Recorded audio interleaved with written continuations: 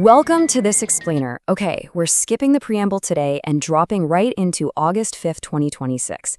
That is the day an absolute AI earthquake hit Alphabet. They announced this massive leadership restructuring of their entire AI org, and honestly, it sent immediate shockwaves through the tech world. But we're not going to just look at this as generic corporate news. We're treating this like a puzzle, because the real story here isn't just about who got a fancy new job title. It's about what this reveals regarding this insanely intense AI race between Google, OpenAI, Anthropic, and honestly the rest of the globe. For years, these two names have stood near the absolute center of Google's AI strategy. You've got Demis Hassabis, the co-founder of DeepMind, the visionary behind these massive, world-changing breakthroughs like AlphaGo and AlphaFold, and then you have Jeff Dean. I mean, this is the guy whose code basically built modern Google's infrastructure, and by extension, a huge chunk of the internet itself. These guys are undisputed titans in the field. But this week, both of their stories dramatically changed. So here's what happened. Hassabis is actually stepping back from the day-to-day management of Google DeepMind, and Dean is leaving the company entirely. And all of this is going down almost exactly at the moment the next flagship Gemini model is waiting in the wings. Which, begs a massive question. Why shuffle the deck so drastically right before playing your biggest hand? It's a move that immediately makes you wonder, are we looking at a shift in product strategy, new research priorities, or is this just the messy growing pains of a rapidly expanding organization? What we're seeing is a really crucial split happening inside the company. By stepping back from that daily grind, Hassabis is taking on this much broader role as Alphabet's chief scientist. His new focus, long-term artificial general intelligence, scientific strategy, and the huge societal implications of all this. Meanwhile, Kore Kavakuchioglu, Google DeepMind's CTO, is stepping up to take the reins on operational and product leadership. So they're drawing a very clear line in the sand between long-term scientific research on one side and rapid-fire product execution on the other. Hassabis isn't leaving AI at all. He's actually just getting the freedom to focus entirely on the biggest problem of our generation. But here is where things get really wild. Jeff Dean didn't just leave quietly. He, along with a staggering concentration of Google's absolute top-tier brainpower, we're talking giants in machine learning like Sanjay Gimawat, Oriol Vinyals, and Quoc Le, they're all departing. The sheer amount of technical genius just walking out the door here is monumental. And they are leaving to establish a brand new public benefit company called Discovery Loop. It's an independent venture focused entirely on breakthroughs in machine learning, science, and engineering. Now hold on, let's be real for a second. Despite these super high-profile departures, we are definitely not looking at a Google collapse here. They still possess staggering world-class advantages. They have enormous compute infrastructure. They literally design their own custom AI chips. They've got billions of users across Search, YouTube, and Android for instant global distribution. And of course, they still retain an elite roster of research talent backed up by massive capital. But that brings up a glaring contradiction. Think about it. If Google has all the power, all the computing resources, and all the distribution in the world, why are they bleeding elite talent to the outside ecosystem? These researchers could arguably build whatever they want inside Google, yet they chose to leave and build Discovery Loop from scratch. It really forces us to ask if the massive structure of a tech giant is actually becoming a bottleneck for certain types of frontier AI research. You also got to remember that this whole leadership shakeup is happening while their next flagship Gemini model is basically MIA. There was an earlier expected launch window that came and went, and they are facing intense, unforgiving competition from rivals like OpenAI every single day. The uncertainty around all this actually caused Alphabet shares to dip around 4% right after the announcement. The market clearly hates ambiguity, especially when the stakes are literally the future of computing. So, the crucial point isn't whether Google can build powerful AI. Come on, we already know they can. They have the science, the data, the hardware, the whole shebang. The real question is whether its massive organizational structure can execute at the sheer speed the market is demanding right now. Having the smartest AI sitting in a laboratory is great and all, but if you can't weave it into a consumer platform before your competitors do, that scientific advantage is virtually useless in the market. So what we are witnessing is a deep organizational tension. DeepMind is historically famous for ambitious, world-changing science, like solving protein folding. But at the exact same time, Google has to defend its search empire, grow its cloud business, and fight off ChatGPT in real time. Pulling an organization toward decade-long scientific breakthroughs while demanding rapid, daily product execution, it's incredibly difficult. They are basically trying to grind two completely different gears together. Let's talk about that long-term gear for a second. Hassabis' new role explicitly places way more emphasis on artificial general intelligence. This is fascinating, right? It hints that massive tech companies are treating the technological singularity less like some distant sci-fi theory and much more like an immediate organizational priority. They aren't saying AGI is arriving tomorrow, but they are absolutely organizing their highest levels of leadership as if it's an incredibly immediate strategic objective. And the landscape itself is fundamentally shifting under our feet.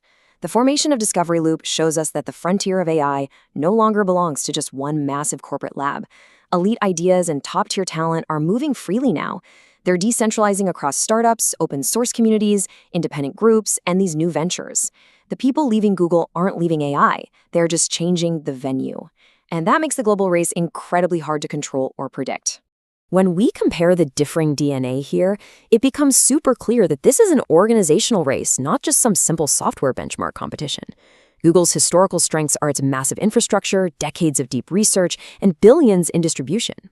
OpenAI, on the flip side, has this massive advantage in consumer AI adoption, rapid model iteration, and sheer product velocity. It's a battle of corporate agility just as much as it is a battle of algorithms. And look, it's not just a two-horse race anymore. The competition is fragmenting globally, which is exactly why Google literally cannot afford to slow down its execution. You've got Anthropic, heavily focusing on reasoning, enterprise adoption, and safety. Then you look overseas, and China's AI ecosystem is advancing incredibly fast. You've got DeepSeek and Alibaba aggressively pushing the boundaries on inference efficiency and driving down costs. There might not be one single winner in AI. We might see different winners across science, coding, agents, and infrastructure. And the finish line?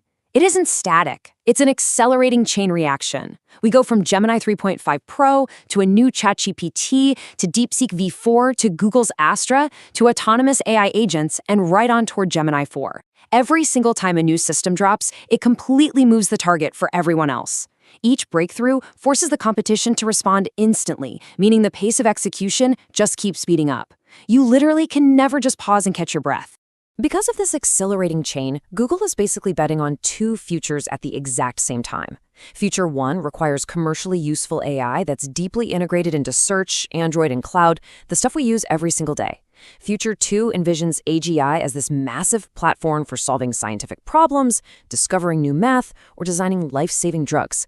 Google is attempting the enormous, almost impossible challenge of perfectly executing both of these distinct futures simultaneously. Connecting back to the broader trajectory we've been tracking on this explainer, this restructuring shows the entire industry moving its frontier. We are moving away from AI that just knows things, like a really smart trivia bot, to AI that actually reasons through complex problems. And now, we're pushing toward AI that can independently discover new science and autonomous agents that can actually take action in the digital world for you. The complexity of building and scaling these systems is absolutely skyrocketing. And this totally exposes the Achilles heel of any AI giant.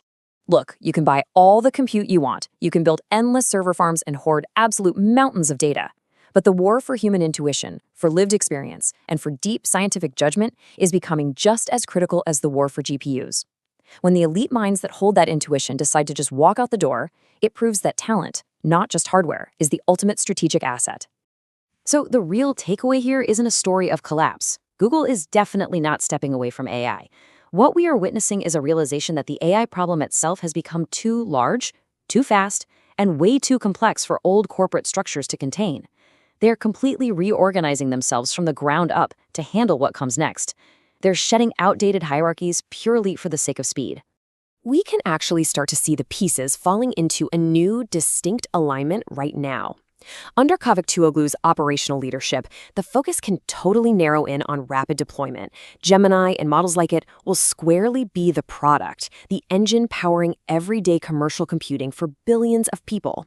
We're talking smarter assistants in your pocket, AI perfectly integrated into your work browser, tools that anticipate your needs across every app. This is about weaving AI into the very fabric of how we all live and work. And with Hassabis taking that broader view, DeepMind gets to be the untethered mad science laboratory it was always meant to be. The scientific mission remains completely intact. In fact, by separating the daily product grind from the research, that scientific mission has actually been liberated.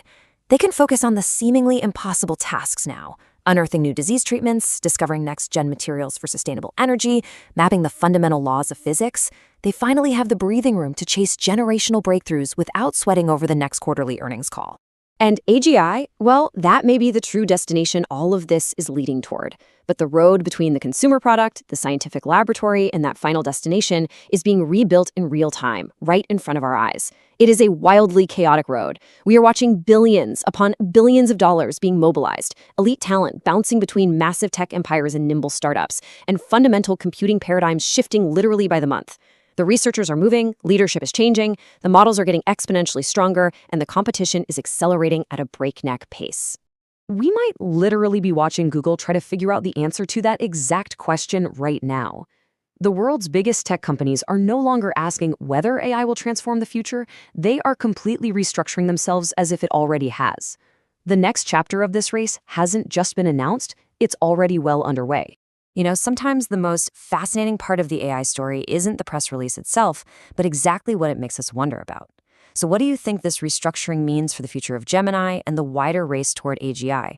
Take a moment to digest all these clues and let us know how you interpret this massive shift. Thanks for joining me on this explainer, and keep learning.